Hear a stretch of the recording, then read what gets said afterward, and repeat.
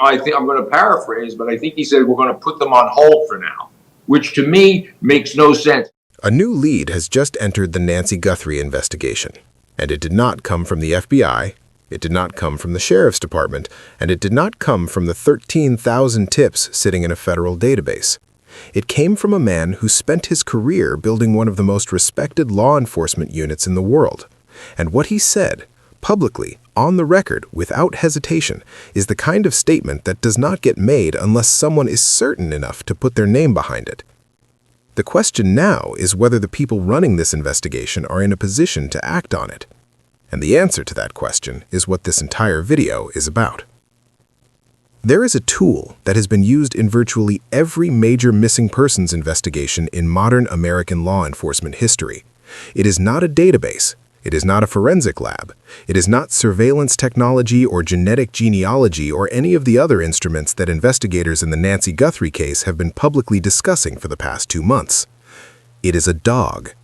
Specifically, a human remains detection dog, what most people call a cadaver dog, and it is, according to the man who helped build the NYPD's entire K-9 program, the single most effective technology available to a human investigator searching for a missing person. These animals are not used because they are reliable. They are used because nothing else comes close. They are considered scientific instruments by courts of law. They can detect scent through soil, through water, through concealment, in conditions that render every other search tool useless. When everything else has failed, when the cameras have given you what they have, when the tips have been followed to their ends, when the forensics are incomplete and the timeline is uncertain, you send the dogs. That is the standard. That is what the evidence demands. And in the Nancy Guthrie case, according to a founding member of the NYPD's elite K-9 unit, that standard has not been met. The Pima County Sheriff's Department does not maintain its own cadaver dogs.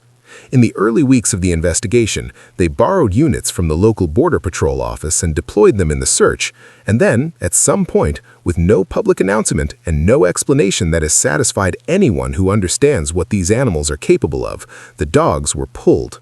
The deployment stopped. The sheriff, when pressed publicly on why, said he would send them back out if he deemed it necessary. That was his answer. That was all he offered. The NYPD K-9 expert's response to that answer was not emotional, it was clinical. He said the decision to remove cadaver dogs from an active investigation of this nature without explanation produces only 2 logical conclusions.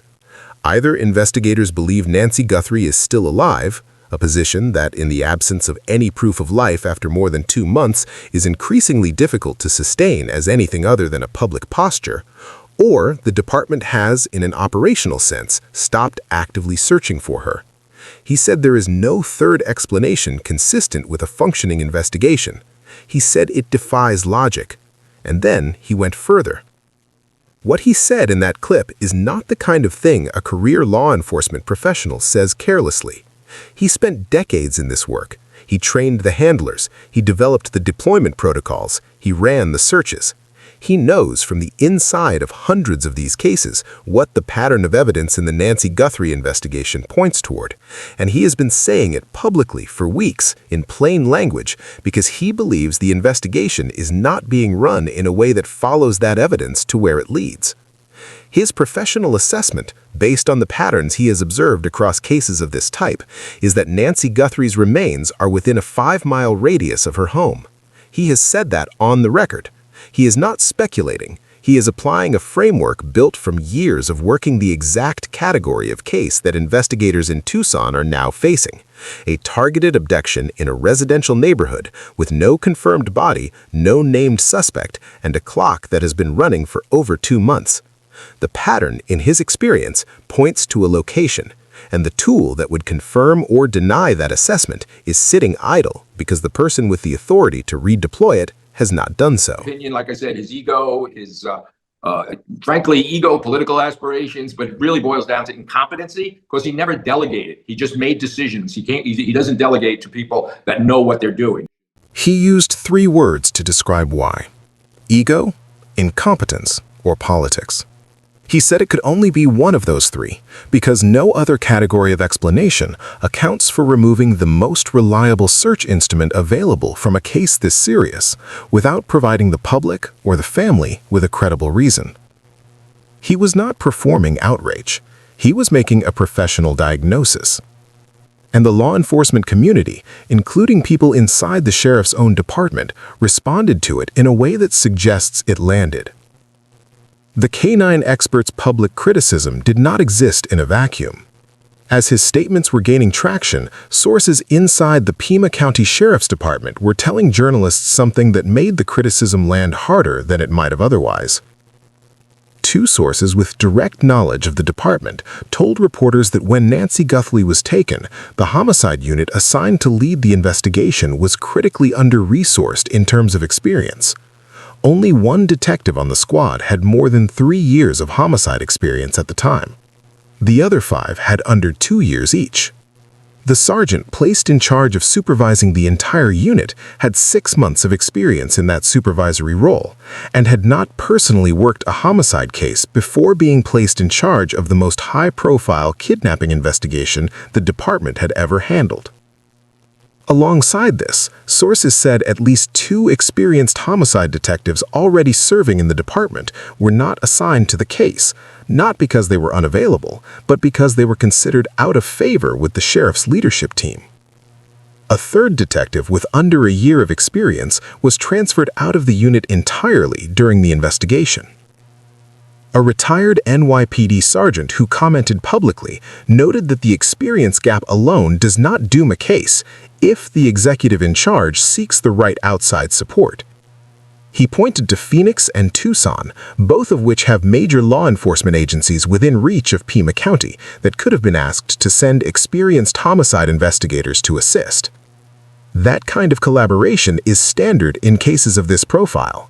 It is what leadership looks like. According to public reporting, it did not happen. When these revelations surfaced, Sheriff Nanos responded by telling a local news outlet that the sergeant in question had been in his role for over 2 years and had solved significant cases during that time. He defended his department, and then he issued a warning that publicly attacking his department was something he would not tolerate. The warning itself became part of the story because it was the response of a law enforcement executive choosing to protect his image at a moment when a missing 84-year-old woman's family was still waiting for answers. The Pima County Deputies Organization, the union representing more than 300 of the sheriff's own officers, had already passed a unanimous no-confidence vote and formally called for Nanos to resign before any of these specific details became public. The union president described the investigation as an ego case for the sheriff. An anonymous source inside the department told reporters the case had been turned into a rolling spectacle. Nanos dismissed both characterizations as internal politics and said they were white noise. The K-9 expert's response to all of it was pointed and consistent. He said his anger is directed at Nanos, not at the FBI, and not at the detectives working the case. He said the rank and file are doing what they can within a structure that is not supporting them. He said they are probably as embarrassed by their sheriff as anyone watching from outside. And he said that in his experience, that kind of institutional embarrassment, when the person at the top has made the case about himself instead of the victim, is one of the most predictable ways a serious investigation loses momentum. While the public debate about the sheriff's conduct has dominated the headlines, the investigation itself has produced something that deserves far more attention than it has received. Something specific, something that, if it means what investigators appear to believe it means, fundamentally changes the profile of this suspect and what it will take to identify him. The Guthrie family released a public statement in which they asked the community to focus on 2 specific time frames. The first was January 31st and the early morning hours of February 1st, the night Nancy disappeared. That part received coverage. The second was the late evening of January 11th. That part has largely been overlooked. Families in active federal investigations do not put specific dates into public statements without direction from investigators. They do not ask the community to search their memories, their camera footage, and their personal records for a date 3 weeks before the abduction without a reason. The Guthrie family put January 11th in that statement because investigators told them it was a date that mattered, which means investigators believe something happened on that date that is connected to what happened on February 1st. A former FBI special agent commenting publicly on the case offered the most direct assessment of what that date likely represents. She wrote that the family's specific focus on January 11th points to the suspect having been present at or near Nancy Guthrie's property on that evening, not to take her, but to prepare, to assess the location, to study the camera placement, observe the sight lines, understand the neighborhood's rhythms, and determine what the abduction would need to look like in order to succeed. A reconnaissance visit, a trial run. 21 days before he returned to carry out what that first visit was preparation for. She added, such a risky move. If he had been seen on January 11th, she wrote, maybe Nancy would never have been taken. That observation reframes what kind of person investigators are looking for. This is not someone who saw an opportunity and moved on impulse. This is someone who visited that property at least twice, once to plan, once to act, and who had the patience and discipline to wait 3 weeks between those 2 visits, while living, presumably, in the same world as the people around him. Someone who fit. Someone who had a reason to be in or near the Catalina Foothills neighborhood in January without triggering a single alarm. This is why investigators returned to the neighborhood in recent weeks and began asking specific questions about a property near Nancy's home that was vacated shortly before her disappearance, and about the construction crews working on a nearby house in the weeks leading up to February 1st. They requested the names of every contractor and worker active in that area during the relevant period. They are not casting a wide net, they are following a thread, a specific one, that connects to a person who had legitimate access to that neighborhood and used it as cover for something no one around him apparently recognized. Everything the k-9 expert has been saying about how this investigation has been run found a specific, documented example in late February, one that is difficult to argue with because it is a matter of public record. A neighbor in the Catalina Foothills neighborhood came forward with a piece of evidence that should have been in investigators' hands within the first 48 hours of the case. This neighbor had a street-facing ring camera that had been recording on the morning of February 1st. The footage captured 12 vehicles traveling along a possible route away from the crime scene between midnight and 6 a.m., with activity occurring at approximately 2:30 a.m., the same time investigators have publicly confirmed Nancy's pacemaker stopped syncing with her home network, the same time she was moved. The neighbor told reporters that no investigator had contacted them in the 25 days since Nancy disappeared. The footage was sitting on their device, unreviewed and uncollected, inside a neighborhood the department had publicly stated it was canvassing thoroughly for nearly a month. When the footage was submitted, both the FBI and the Sheriff's Department confirmed awareness of it. A former FBI special agent described it publicly as one of the best leads in the case. Whether any of the 12 vehicles it captured has since been connected to the investigation is not publicly known. What is known is that this footage existed from day one, that it documented activity at the precise moment Nancy was taken, and that it sat uncollected for 25 days because the canvas did not reach the neighbor who had it. This is not an abstract failure. This is a specific, measurable gap between what was available and what was collected, in the most time-sensitive period of any investigation, when the evidence is freshest, when witnesses remember most clearly, and when every hour of delay narrows the window for what can be established. The k-9 expert has been making exactly this argument from the beginning, in broader terms. The ring camera situation is that argument made concrete. As the conventional investigative channels have continued to produce no public breakthrough, a retired NYPD sergeant commenting publicly on the case raised a possibility that has not featured prominently in the coverage of this investigation, but that he believes deserves serious attention. He suggested that someone currently incarcerated may be holding information relevant to this case. Not necessarily someone who participated in what happened to Nancy Guthrie, but someone connected to networks in or around Tucson who heard something in the aftermath. In the circles that produce crimes of this type, organized, targeted, executed with planning, information does not stay contained indefinitely. It moves. Details get shared in contexts where nobody believes they are passing on something that will matter to a federal investigation, and that information ends up sitting with someone who has not yet decided whether saying it out loud is worth what it costs them. The retired sergeant made the point that in another major recent case, investigators had their own theory about where a suspect was located, and the case was broken not by that theory, but by a civilian who recognized a face in a completely different part of the country and made a phone call.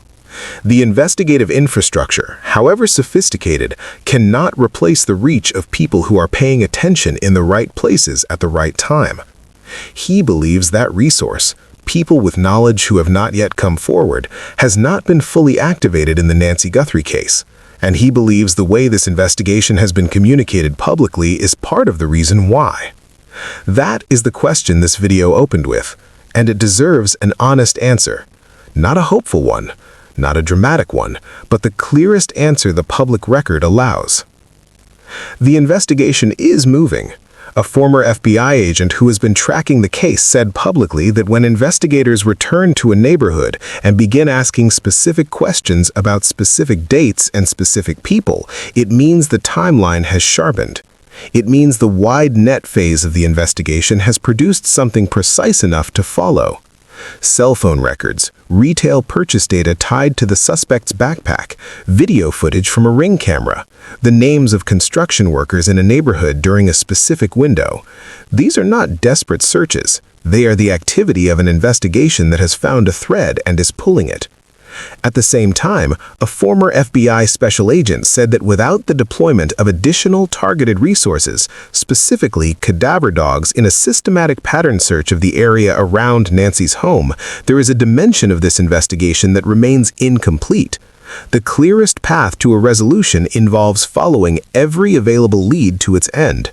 The dogs represent one of those leads. They have not been redeployed, and the k-9 expert who has been calling for their return believes they would confirm what the evidence already points toward. A former FBI special agent who commented on the Nanos situation made one point worth holding on to. The sheriff's removal, if it happens, would not disrupt the investigative continuity of the Nancy Guthrie case. The FBI is not dependent on any single administrator for the direction of this investigation. What that change might accomplish, according to those who have argued for it, is allow the investigators actually working this case to operate without the organizational noise that has been surrounding them for weeks. Whether the new lead, the January 11th trial run, the construction crews, the vacated property, the Ring camera footage, the threads investigators are visibly pulling, results in a named suspect and an arrest is not something that can be confirmed from the outside. What can be said, based on the evidence of recent investigative activity, is that something has shifted in this case. The k-9 expert who raised the alarm about the dogs is the same person pointing at a specific radius and a specific tool and saying the answer is there if someone is willing to go get it. The Guthrie family has been waiting for more than 2 months. They have $1 million on the table for anyone who can bring Nancy home. They have made public statements asking the community to search their memories for 2 specific evenings. They have done everything they can do from where they are standing. What happens next depends on whether the people with the authority to deploy every available resource, including the ones that have been sitting idle, choose to use them. The man who has been saying all of this publicly is not a commentator. He is not a media personality building a platform on the back of someone's tragedy. He is someone who spent his career in a search and recovery unit, who trained the dogs, who ran the searches, and who has seen enough of these cases to know what happens when the right tools are used and what happens when they are not. He is calling this out because he believes there is still time, and because silence from people who know better is how cases like this go cold.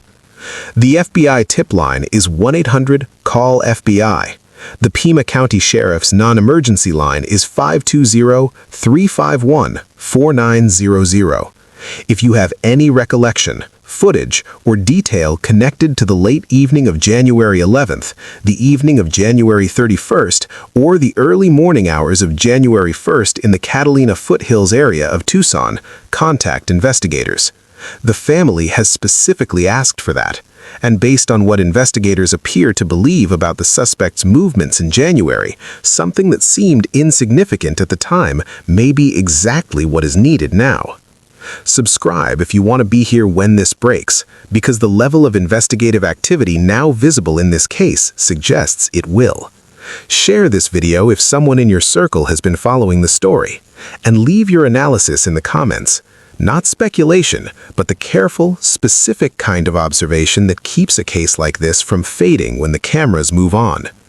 Nancy Guthrie deserves the full weight of every tool available. Her family has done everything asked of them. The question of whether the investigation meets that standard and whether a new lead finally becomes the one that leads somewhere is still being answered.